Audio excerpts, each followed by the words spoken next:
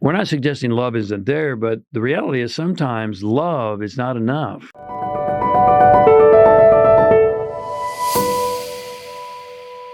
You can measure the quality of your life by the quality of your relationships. And, what do most people think of when they hear the word relationship? Romantic relationships. That's right. And certainly romantic is a very important relationship. Sure. And yet the reality is all of life is a relationship. Yeah, you have a relationship with everything. With everything. What are some of the things we have relationships with? You have a relationship with your body. Your body. With food.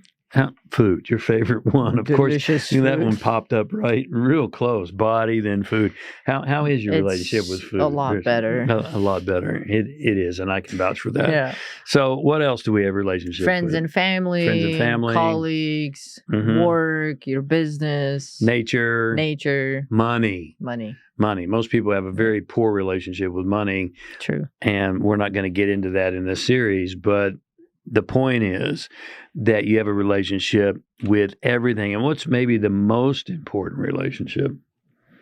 With yourself. With yourself. You have the most important relationship is with yourself. Mm-hmm. But what we want to focus on here in this series. Not in a narcissistic way. Not in a narcissistic way, no. We thank you for making that point. My pleasure. So what we want to focus on in this series, though, are romantic relationships, with which we have a little bit of experience in. Just a tad bit. Just a tad bit. And all the other ones are important. Yes. And actually, they're imperative, and yet we want to focus on romantic relationships. Mm-hmm. And so what we're going to suggest to you is there are some fundamental principles of a happy and fulfilled romantic relationship. And what are some of our fundamental principles? Friendship. In fact, I think we both agree that friendship is first and foremost. Yes. Right?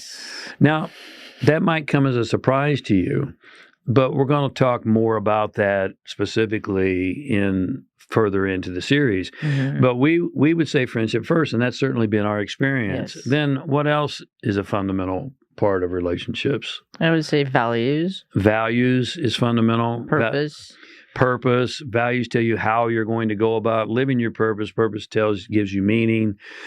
God's a very important part. Yes.